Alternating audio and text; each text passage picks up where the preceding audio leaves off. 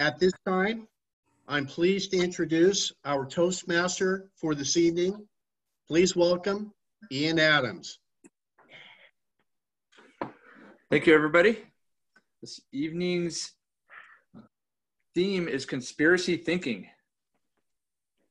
Interesting topic with the current crisis that we're under. And I'm really interested in hearing what we're going to be talking about tonight in table topics. My mom is a bit of a conspiracy theorist. She has a license plate, personalized license plate that says question. Questions everything. And I mean everything, to a point that I don't even oftentimes like starting up conversations with her because I know that she's going to end up asking me questions that I don't have to. I suppose in some way that's why I'm in Toastmasters, is to figure out how to answer those questions.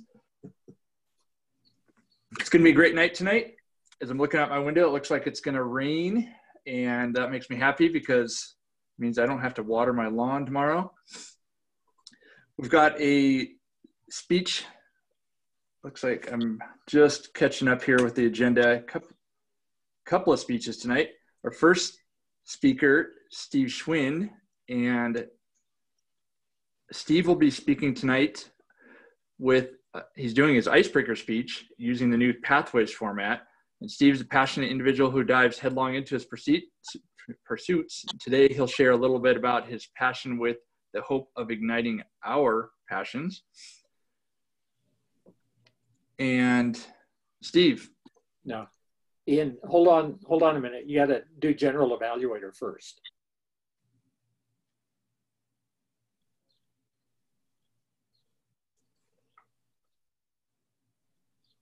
What happened? Can you hear me now? You're muted. Okay. There we go. Yeah, I'm sorry. I got a little lost in my agenda here. There's a lot of names. Apologize for that. Go ahead and just move on to introducing our general evaluator tonight, who is Armando Farias. I'm not sure. Farias. I'm sorry about that. That's okay. Armando. All right. As your general evaluator, I will be evaluating the entirety of our event or our meeting tonight.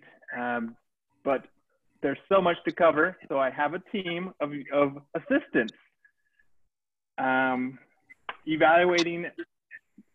number 1 is Eric Stepper, and he will be evaluating Steve Schwinn's speech.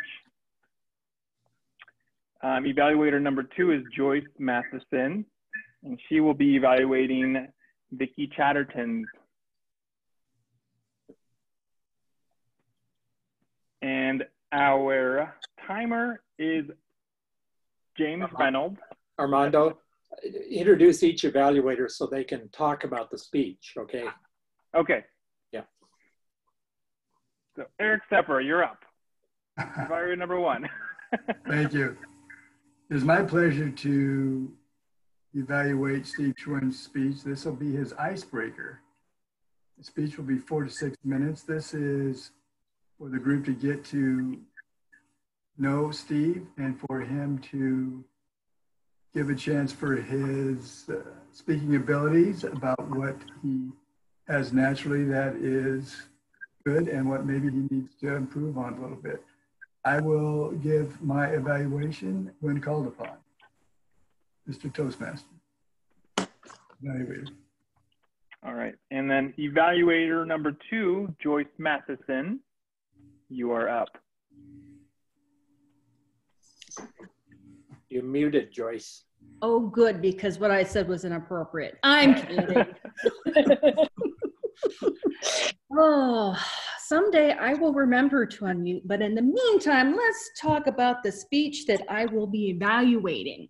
That would be Miss Vicki Chatterton. And I forgot to ask you which speech is this? It's obviously not an icebreaker. Vicki. It is in level 2 of visionary communication path. Okay. And it's understanding your leadership style. Yes, and you will be embracing leadership and to inspire others to step into leadership. I am looking forward to hearing your speech. Back to you. All right.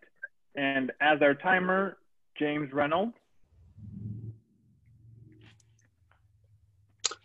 So I'll be timing table topics and the speeches. So for table topics, I will show a piece of construction paper I stole from my daughter that's green for 1 minute, and this ugly yellow color for 1.5 minutes. Believe it or not, we were out of red, so we're going to go with this. Can you see this beautiful, might not show up that great with pink. It's actually pink for 2 minutes. For the speeches, Steve's was 4 to 6 minutes. So correct me if I'm wrong. Yes. 4 minutes green, 5 minutes yellow, and Reg, you'll get the nice pink color. And then Vicki, I missed your length of speech. 5 minutes. 7 minutes. 5 to 7, honey. Okay. Green for 5 minutes. Yellow for 6 minutes.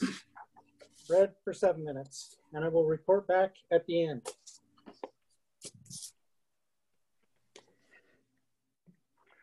All right, and our grammarian for this evening is Jackie Graybill.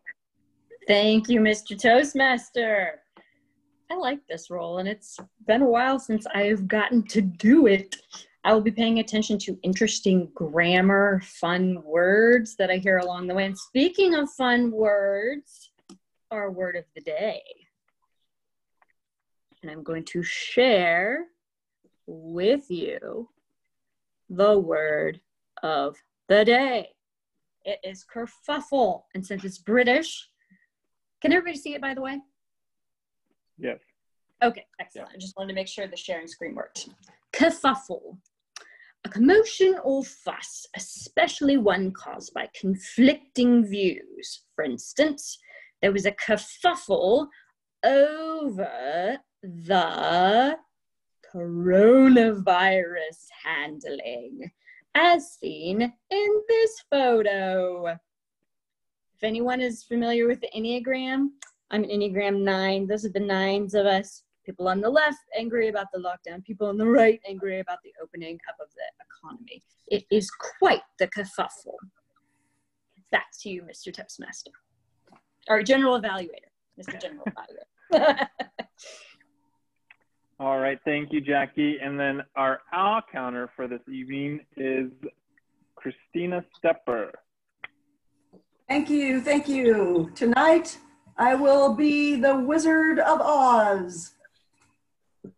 I will Oz, spurs, ands, wells, buts, filler words, etc., and report when called upon.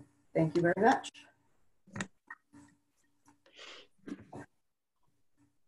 All right, and back to Toastmaster. Thank you, Armando, and everybody else, the rest of the team. At this point, it's my opportunity to read our first speaker's intro.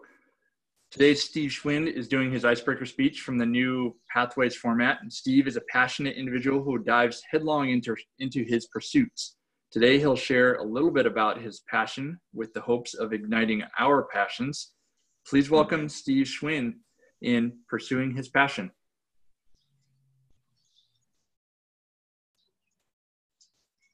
Am I live?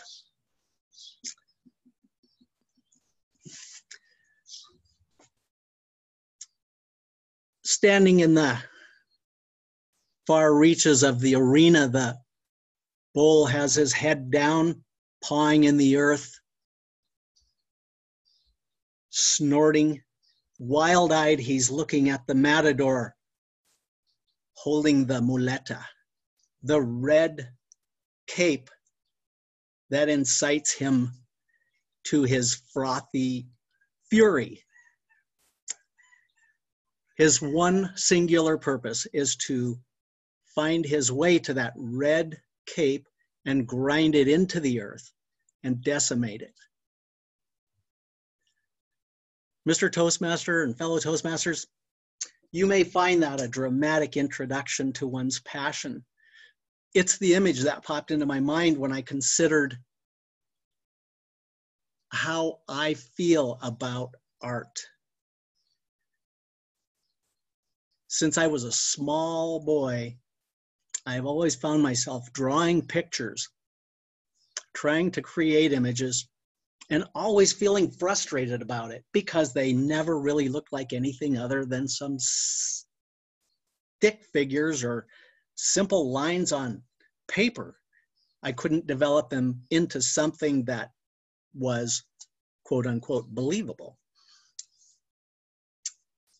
I kept at it. I always believed that I enjoyed it and didn't know exactly where it would ever go, but I would continually pick up a pencil or paint. I did some clay modeling over the course of time. Took art classes in high school. Didn't go anywhere to speak of. About 5 years ago, Santa left some oil paints under my Christmas tree. And that was the day that small glowing ember was fanned into a flame, an inferno of passion to pursue art. I was excited. I did an image of a lime. It looked like you could pick that lime up off of the canvas and eat it, or at least squeeze it into a gin and tonic.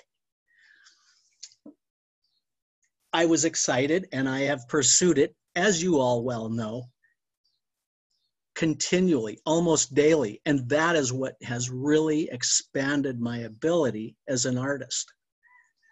I joined Toastmasters because I would like to hone my communication skills, my ability to persuade others, and I hope today to encourage you, to inspire you to find your burning passion and have it ignite into a large flame of enthusiastic endeavors.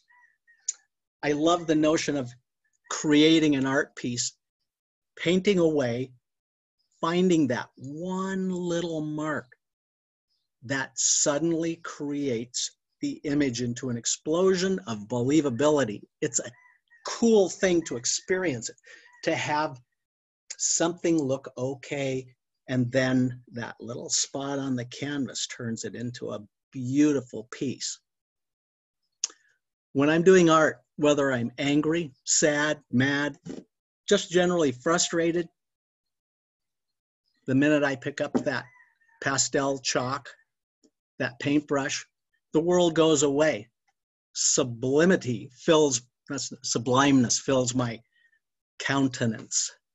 Peace and harmony fill my soul, and the world goes away. I am in my happy place. Dr. Lawrence Katz, a neuroscientist,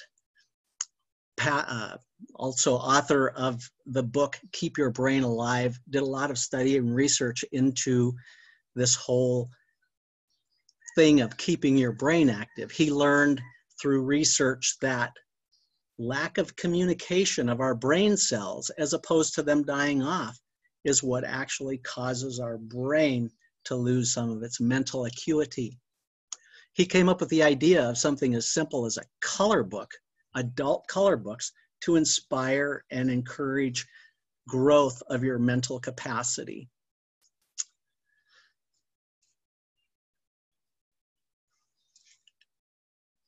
My excitement with doing art is just personally gratifying and fulfilling.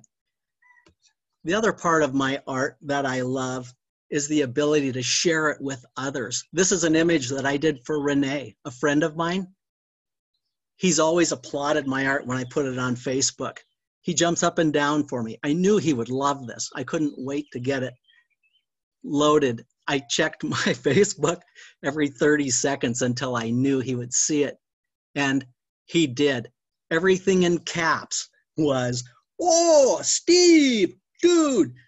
It was so fun to walk down the street. He just lives just a few blocks away from me, and deliver it to him and see the excitement on his face. He texted me the next day telling me that he shared it with his mom, and she practically wept tears of joy because she was so excited that he got it. He told me it will be framed and prominently displayed at his house. I think it's just the most amazing thing to be able to create something and to put a smile on people's face. Creating that piece for Renee was awesome. Doing art, it's all good. My passion is to paint. My hopes today is to ignite an ember of enthusiasm in you to pursue your passion, whether it's painting, public speaking, or underwater basket weaving. Go get it. Mr. Toastmaster. Thank you, Steve. That was amazing. Mr. Timer, can we have a minute on the clock, please, for comments? And can anybody that's going to comment just do so through the chat feature directly to Steve?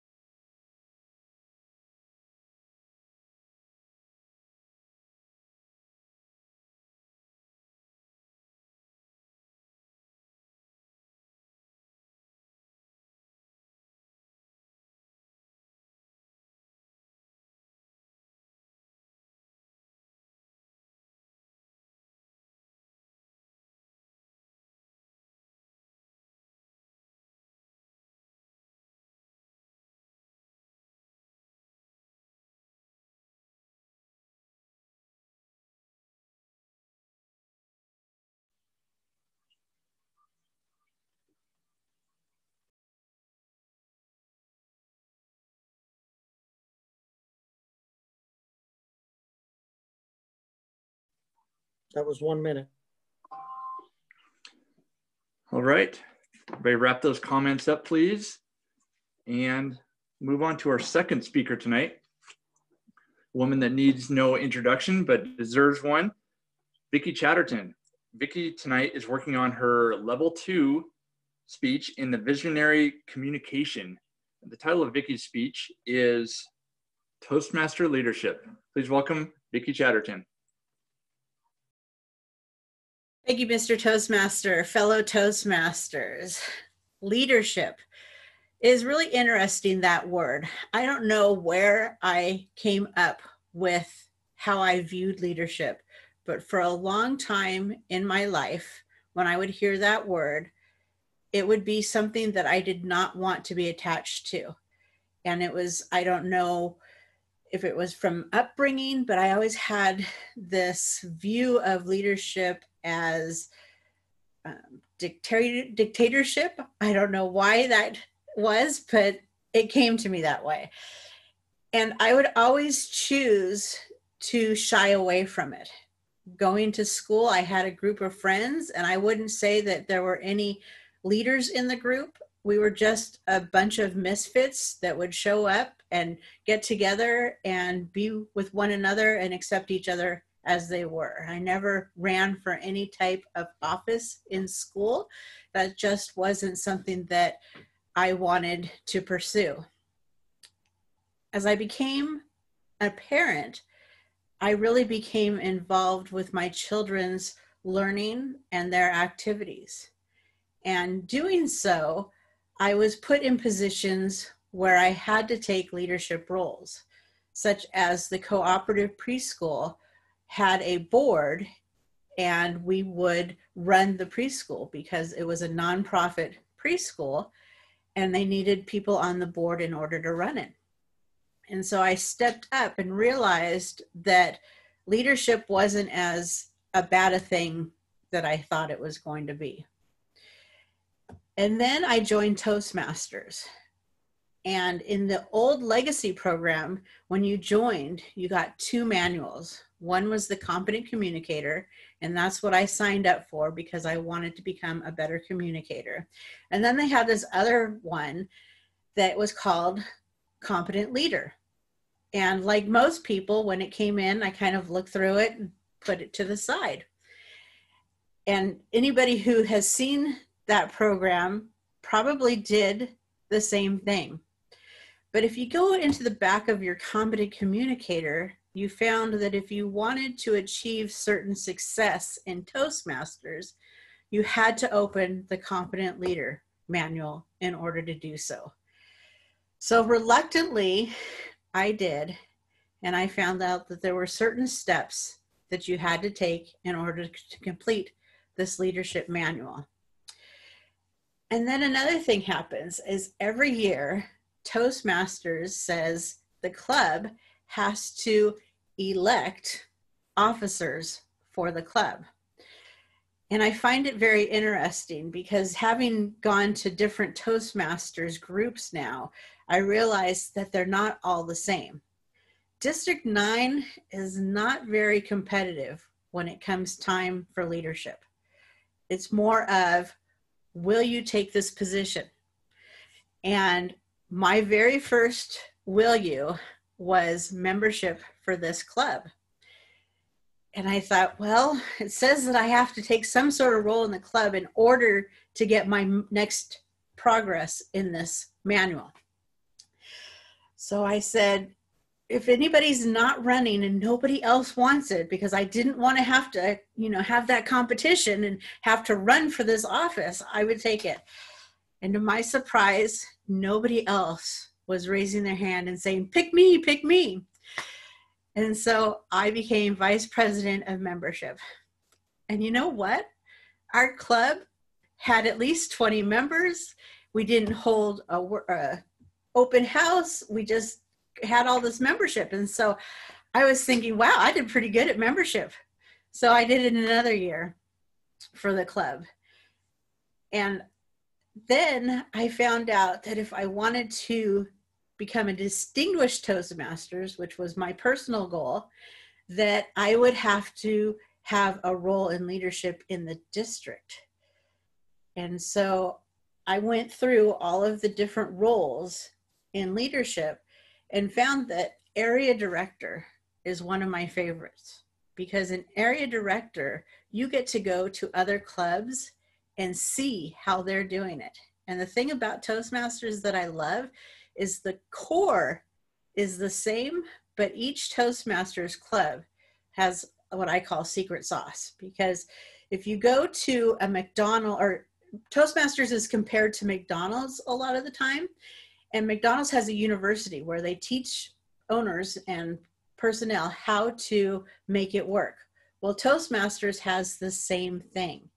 They give you all this training every year. It's the same. However, the secret sauce can be different. And that's what I found about Toastmasters that I love. Now, our group, as far as District 9, really isn't very competitive when it comes time to elect officers. And I kind of like that, because I wanted to go further up and I didn't really want to have to compete, because that's just not my style. My style of leadership is wanting to find out what people are wanting in the group and what their goals are, and helping them achieve their goals. And Toastmasters really allows me to do that, because I can find out if somebody is wanting to go for their distinguished Toastmaster. I would be happy to help anybody get to that level. But if you don't want to get to that level, that's okay too, because Toastmasters is for everybody. However, we do need to step up and take some leadership roles in the club. And sometimes it takes that little nudge of being asked rather than saying, pick me, because I know I was one of those that if I was asked, I would be more than happy to help, but I wasn't one who would step in and want to take over that leadership role just because of what I had grown up thinking about it. And I like to view one of Maya Angelou's sayings as something that I would like to be as a leader. And what she said is, people will forget what you said.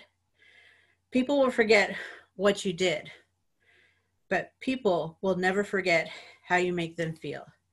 And so as a leader, I hope to make everybody feel welcome and part of Toastmasters. Mr. Toastmaster. Thank you, Vicki. And timer, can we have another minute on the clock, please?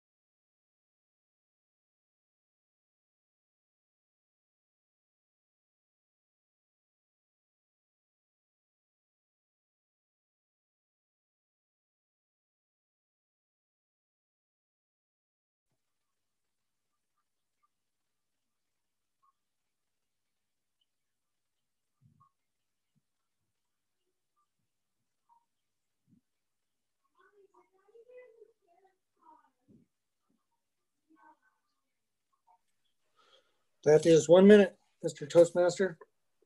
Thank you. This portion of the meeting, we are going to swap over to our topics master. Tonight's topics master is Pat. Well, this is such an opportunity to create a kerfuffle because we're talking about conspiracy. And I thought what I would do is dig into some historical conspiracies in the world and in the United States, share a little bit about each one, and then ask you to decide, do you agree or disagree? Or if you want to assume another identity just to make it a little bit more interesting, you can do that. So the first conspiracy is the conspiracy to assassinate John Fitzgerald Kennedy. We know that Lee Harvey Oswald was arrested for that, or, well, you know, he was decided to be the guilty one. But there were a whole lot of theories at the time. For example, they suggested the Italian mafia, Lyndon Johnson, J. Edgar Hoover, Fidel Castro, and the FBI, as well as the CIA, as all either collaborative or individually being the ones that are responsible. So, Lloyd, what do you think about that particular group of conspiracies about the assassination of JFK? Thank you, Pat. The interesting thing about conspiracies in general is that they proliferate. In other words, in order to make them meaningful, the people developing the theory have to keep adding elements to them. And before you know it, you have a vast mob of people. There's an old saying from Ben Franklin, 3 people may keep a secret as long as 2 of them are dead. And I think that applies to most conspiracy theories as well. Like, think about it this way. Suppose you were involved in the JFK assassination with, say, 15 or 20 other people. What are the odds that no one said a word for a half century? They're 0. I mean, you know, think about a birthday party, a surprise birthday party. What are the chances that no one will let the cat out of the bag? 0. You know, the same thing is true with the, well, I better not mention that, like the Apollo moon landings. You may be getting ready to do that one too. But in any event, I believe in a basic principle of science called Occam's razor. And that is that entities don't proliferate. What that means in regular English is that the simplest explanation that takes into account all the facts is almost always the correct explanation. Because the more complicated something is, the less likely it is to work. So the answer to your question is, I doubt very much that there was some kind of a conspiracy to murder Kennedy. I think it was exactly what it looked like. Basically, a angry, lonesome loon did it. Adam Table Topics Master. Thank you very much. How about the attacks on 911? They certainly changed the history in our lifetime over the last 20 years. I can remember what I was doing at 7:30 that morning and seeing all of that happening and not being able to believe it. However, the people who were the conspiracy theorists thought that it's possible that people in the US government had advanced knowledge of the 9/11 attacks and deliberately allowed them to happen in order to launch the war on terrorism. Joyce, what do you think about that? Well, honey, I think that there's a lot of dead people still. And I don't know exactly what happened. I do remember what exactly I was wearing that day. I was in my second cousin's house, starting my second day of technical school, and everything just went straight to hell. My second cousin, Susie, bless her heart, she had a panic attack a few days later. Her husband was stomping up and down the hallways. I'm not going to repeat what he said, but it was very colorful. We had quite the kerfluffle in the living room. As to whether or not it was an inside job, I really don't know. I have people in my family who think one way, that yes, this was to get into the war. And then there's another half that says, no, we didn't know, and that it just happened. But then again, my mother thinks that Bill Gates wants to microchip us all. I don't know. I do apologize for not knowing, but I am just your typical American who is just trying to pay her bills. Thank you so much. All right, and actually Lloyd almost upstaged me because my next one has to do with those who thought that the Apollo moon landings were faked. And conspiracy theorists have claimed that the US government faked the Apollo moon landings because it didn't have the technology to accomplish the mission. And they also said, others, that the US government couldn't afford such a massive failure during the Cold War with the Soviet Union. Okay, Rob, what do you think about that? You mean there was a conspiracy about that? I thought that was entirely true. Now you have me questioning my own thoughts and beliefs. Was it a conspiracy theory? Was it created because we didn't have the technology in that we were fighting a Cold War against the Russians? I suppose it's possible, although I truly believe that conspiracies happen when there's no basis for it. There's no logic, there's no evidence to prove these conspiracy theories. They're made up. And we have people that I think do this quite often to create a kerfuffle in our own society or throughout the world because they have nothing better to do. And I tend, even in today's world, I tend to discount conspiracy theories and go with what I believe is true in my heart and not listen to all these ideas that are so politically driven in our society today. I have my beliefs, and I base those beliefs on the evidence. Thank you, Madam Toastmaster.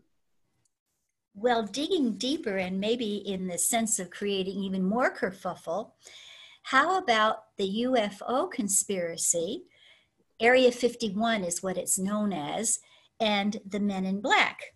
And here's the conspiracy. Conspiracy theorists allege that the United States government not only has housed and captured extraterrestrials in such places as Area 51, but also conspired with them in the abduction and manipulation of US citizens. One suggestion is that aliens gave the US the transistor in exchange for alien dominance. Okay, now there's one. Armando, what do you have to say about that?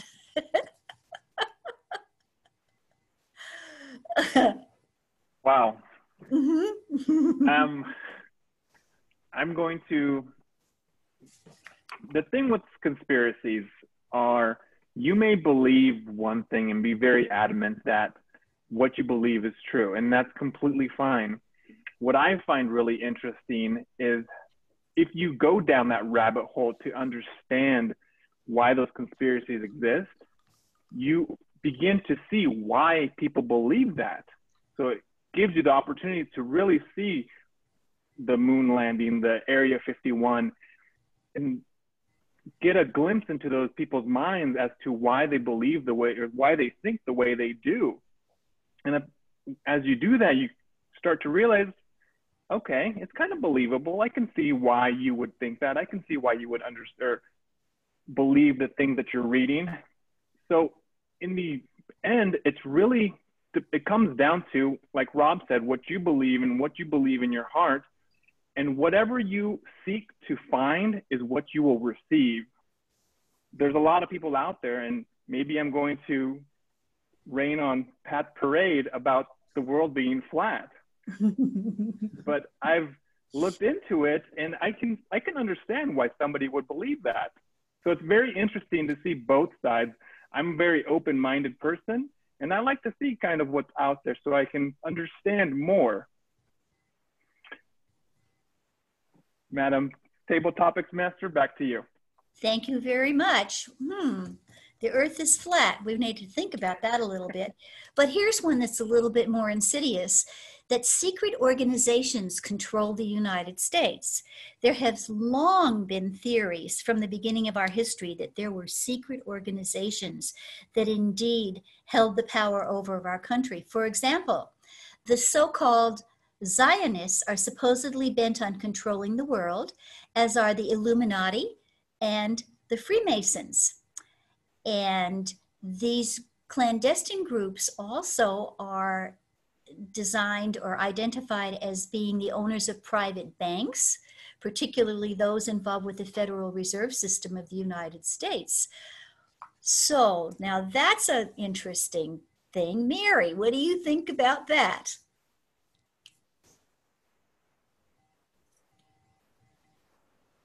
I think that in times when people are afraid and they don't have answers and they don't know what to do, they are somehow comforted by conspiracy theories, as the ones that Pat just mentioned.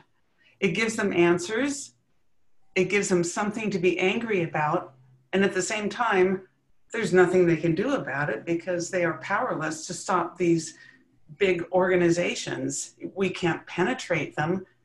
If you can't find them, you can't penetrate them. I think that you've probably all seen recently the plandemic. Well, you probably haven't seen it. You probably heard about plandemic and the vast conspiracy about covering up coronavirus. And there is one scientist in the whole world who has all the answers. I gave a speech, well, a leadership speech a couple weeks ago. I like to go with science research, things that can be proven, and you've got empirical research to back you up. So when I was saying that friends of mine who I used to respect are actually buying into this stuff, it was kind of upsetting to me. I've had to, stand back and grab a hold of my longtime friend and ask her, what do you make of this, Rosalyn? What is going on? And then it gets me back down to earth. I think that we can't just let people keep believing things like the plandemic that,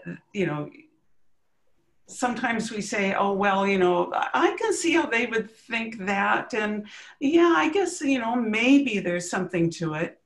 I think this is one time we really can't say that because people who are not believing it, going to the courthouse and embracing each other and flying in the face of a very dangerous virus are affecting us all.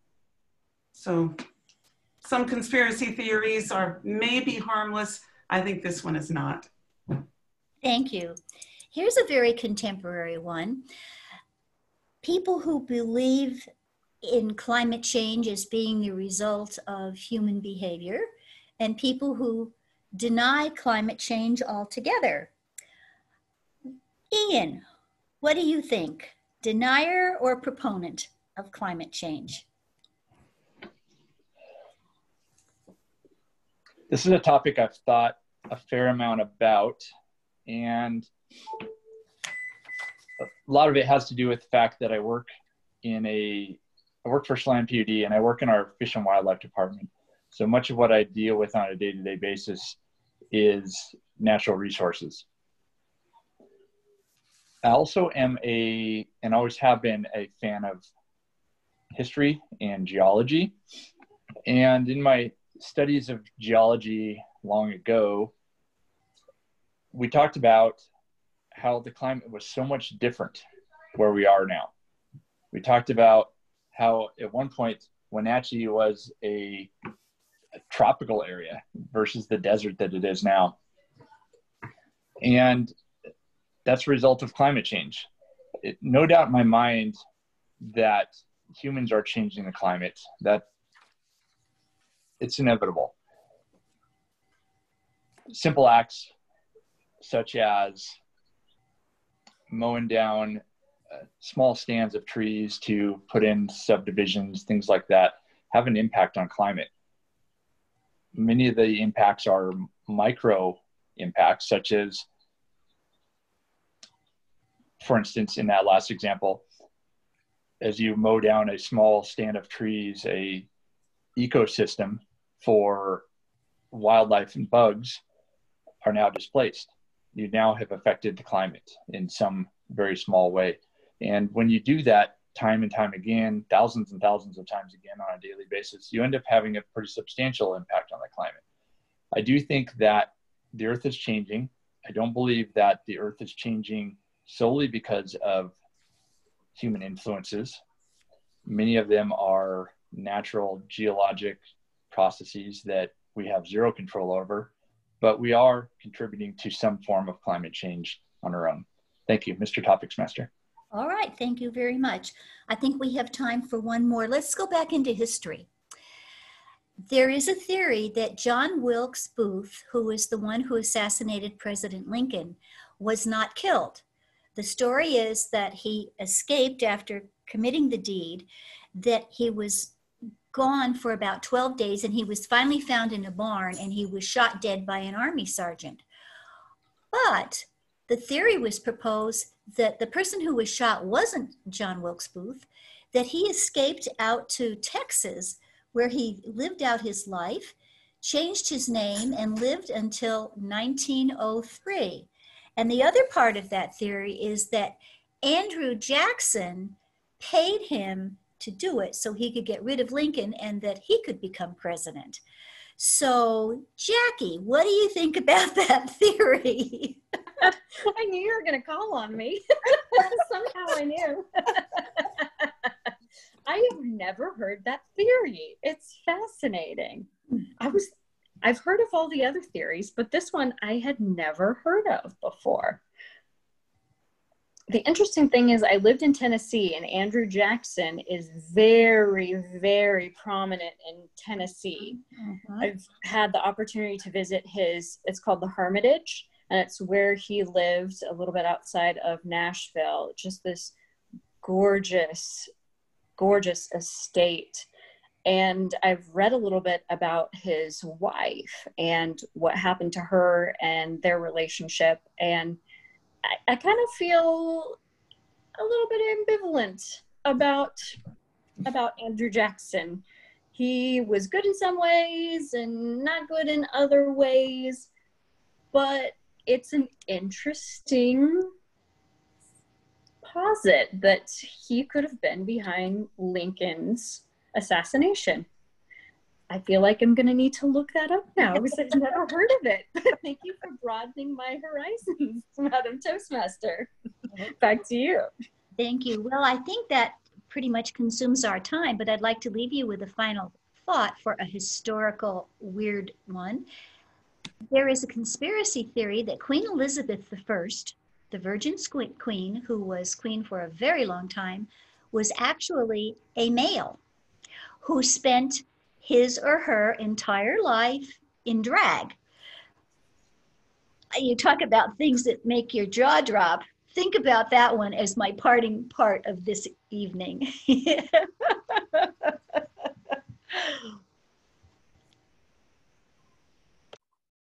Thank you, Pat. Those were some very thought-provoking topics tonight and some great answers.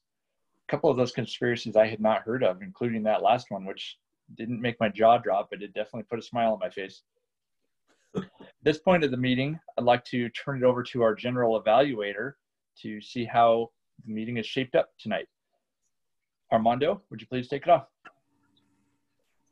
All right, we are going to jump into the evaluations of this speech. So we will have Eric Stepper, evaluator number 1. Thank you, Armando. Steve, you had a clear theme for your speech, passion. And you started right off with a bull in a bull ring and a matador, and it just grabbed me right from the beginning. And where did this have to go, and what was it? It was passionate and it was intriguing, and where we're going to go from here. You had many great descriptive images and words to go with that bullfighting and setting that scene, and you took us right there. At one point, I looked down at my shirt to see if there was any blood on it. You have good voice, you have good enthusiasm. You used other descriptive phrases and words throughout your speech, so many that I couldn't even write them all down. I couldn't write fast enough, but like an ember fanned into a flame, kind of giving us a descriptive of your passion. Explosion of believability. I love that. I love that. Sublimeness takes you to your happy place. All very descriptive words of how you would envelop your passion. One thing that you could work on is you kind of came in and out of the camera a little bit, and it was a little bit distracting.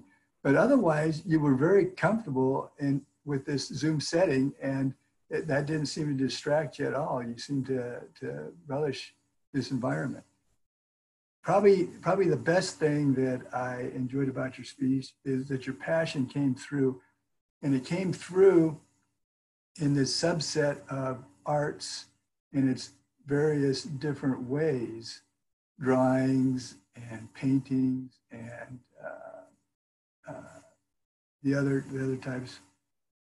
But I think it's also just like a window into your life. I think you live a very passionate life, and you dive into everything as a type A personality, and that came through as you were giving your speech. I'm surprised you don't do more speeches because you seem to enjoy it, and you were very comfortable in front of the camera and relaying us your experiences as we got to know you a little bit. I enjoyed the speech. Please give more. Thank you, Mr. Table Topics Master.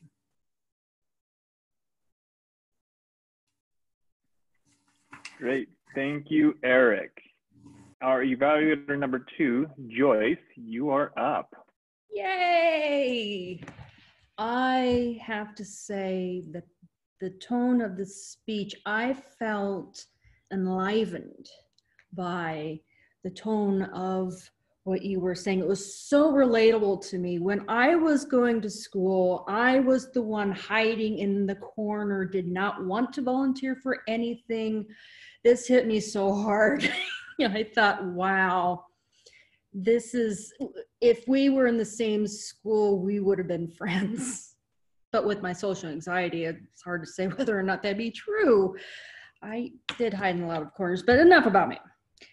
I felt a huge connection with this presentation and how the storyline from your beginning to present day, I could feel a bit of your struggles. I could feel a little bit of anticipation. It was just wonderful.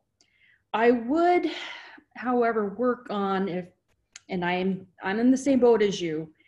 Zoom is not the best to give a presentation because your hand gestures my last speech, I was here and you could not see my hands as much. And it's a struggle for everyone. But if you get your camera just a little bit further away, then we can see your lovely hands. If you tied my hands behind my back, I would lose at least a third of my vocabulary. My sister-in-law would lose half. She should have been Italian. So for the challenge, I would say maybe just scoot it back. We can see your hands. But as for the tone and as my brain slowly dies from lack of use, I apologize. The tone and the message, I really did appreciate it very much. And it made me want to do more in the Toastmasters group. You really did encourage me, even through emails. This is the best group I've ever been in. And because of you and everyone else, I would have to say I have found home. But thank you for your speech. She stopped rambling. It's okay now. Thank you, Joyce. All right, and we'll get our timers report from James. All right, let me go here. Let's see. Steve's speech was 6 minutes, 20 seconds, so just a little bit over the 6 minute mark. Vicki, you came in at 7 minutes, 14 seconds. On table topics, Lloyd was at 1:41. Joyce was at 1 minute, 26 seconds. Rob was at 1:27. Armando, you were at 1:37. Mary, you were at 2:08. Ian, 2:09. And Jackie, 1:12. And Eric's speech evaluation came in at 2 minutes, 37 seconds. And Joyce's came in at 2 minutes, 30 seconds. Thank you, James. Moving on to the grammarian, Jackie. This was a fun meeting to be grammarian of. Thank you, Mr. General Evaluator. We had 3 people that used the word of the day. Pat used it twice, making up for everyone else. Joyce used it once, and Rob also used it once. Rob, you said something at the beginning that was very fun and colorful, especially with our theme for tonight. You said, I stand behind the veracity of that statement. And I love that statement, very colorful. Ian, you talked a lot about the geology of Wenatchee and ecosystems, and it was a very good visual of going from tropical to a desert. I didn't realize that that was what happened. You did say Mr. Topics Master, and I think you meant to say Madam Topics Master. So just a note on that. Armando, you said the thing with conspiracies are, and I think you meant to say the thing with conspiracies is. One thing that you said, Armando, that I love, I guess we could quote you and attribute it to you, is whatever you seek to find is what you will receive. I wrote that down because I felt like it was profound. Eric, you had great visuals when you said you looked at your shirt to see if there was any blood on it because of how you were impacted by Steve's speech. Love that. Joyce, you are so funny and you have this great self-deprecating humor. And you talked about Vicki being relatable, but you are also relatable in your multiple mentions of honey and bless her heart. And I love that you said that you'd lose a third of your vocabulary if you had your hands tied behind your back. Thank you for the tips for us all. I should move this up. Christina, The Wizard of Oz, AHS. I love that. The Wizard of Oz is my favorite movie. Steve, you had so much visual language. I didn't know what a muleta was, the red cape that the bull is charging at. You had some great alliterations. Frothy fury. Going from small glowing ember to a flame to an inferno to passion was awesome. Burning passion, igniting to a flame of passion, explosion of believability. And you said sublimity, and then you weren't quite sure if that was right, so you changed it to sublimeness. I think that sublimity is actually a word. I could go and look it up later, but I think you were correct. But thank you for rephrasing it in a way that we all understood. Vicki, I love how you give us the visuals in sections, in a sense. You thought of leadership as dictatorship. You thought your friends were misfits. And the core of all of the Toastmasters are the same, but you related the secret sauce of each group to McDonald's. I love that.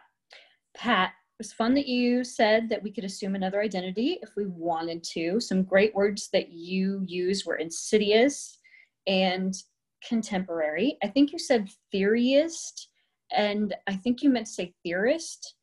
You use theorists when you added the plural. And I had never heard of that. Elizabeth the First in Drag. She's one of my favorite historical characters. That was very, very fun. Lloyd, proliferate. It's a great word, and how you used it, applying it to conspiracy theories, was awesome. Love the Ben Franklin quote, and I don't know that I necessarily knew what Occam's razor was. The simplest is always the correct explanation, so thank you for that. Mary, I had never heard of the term plandemic, and that was a great visual as well. Quote that you used that I liked is, if you can't find them, you can't penetrate them. Very, very fun to catch all this grammar. Thank you so much, Mr. General Evaluator. Back to you. Yes, thank you, Jackie, for such a thorough report. I appreciate that. We are going to move to the all counter. Christina. Thank you. The Wizard of Oz often causes a kerfuffle among the Toastmasters members. James started one sentence with so. Ian started one sentence with and. Steve, you were clean. Very good job. Jackie, two sentences started with and. Armando, two ums, one string on sentence, so an and that did not fit in there. Mary, two you knows. Rob, clean. Pat, two sentences started with well, four sentences started with so, one you know, and four sentences started with and. Lloyd, three us, not ums or ahs, but us. One you know, one I mean. Joyce, one sentences started with well. Eric, two us, two string on sentences, so two extraneous ands. Repetitions of your, that, and two. Vicki, one your word of tonight was and. 10 sentences started with and inappropriately, not where there was a string of things, but where there was a period, the next word was and. 4 and so's. That's my report. Thank you. Thank you, Christina. Overall, the meeting went great. I really enjoyed all of it, especially the table topics. I think everybody enjoyed those and got to open our eyes to new conspiracies we didn't know of. So we will all be Googling tonight and figuring those out. I will turn the meeting back over to our president, Rob. Thank you, Armando. At this point in time, Steve, you have a question? Sublimity is actually a real word. I didn't think so. Thank you. Good job in expanding your vocabulary, Steve. Great job. At this point in time, I would like everyone to avoid any further kerfuffle. I would like you to send to Christina Stepper at her email on the chat line your choice for the best speech tonight. And while we're all doing that, Lloyd, I would like to ask you to share with the group any information on the education side. Okay. The big thing is that the Speakeasy is, as of this morning, was select distinguished, but in reality, since Vicki has an L1 to assign to us by tomorrow morning, we will be president's distinguished. Let me share the screen here if I can do that. Whoops, wait a minute. I know you can do it, Lloyd. I know you can do it. Yeah, I'm having a little bit of, there we go. Second time's a charm. Okay, here we go. Here's our report as of this morning. Here's what this is. You guys can't see it? No. Well, that's weird. I wonder why. Well, I think at the bottom right, it says share. It's a two-step process. Conspiracy theory. yeah, that must be it. Whoops. Well, heck with it. We're getting close to the ending time anyway. The point is that the Distinguished Club program is based on three things. The degree to which we can get our members going through the educational program, the degree to which we can retain and build membership, and the way we do club business. And that club business one brings up something really important, and that is that both clubs need to elect officers soon, because the club officer training session, it's June 27th, Vicki, is that right? And so we have to have our officers on board before then. And we really need to get on that this year. All of the, or at least this first group, this fall, spring set of officer trainings and whatnot is all going to be online. And it's hard to tell how much longer that'll go, but this one for the 27th definitely will be. So we do need to get moving on that, obviously. And I don't think I have anything else since we're over time anyway. So back to you, Rob. Okay, thank you, Lloyd.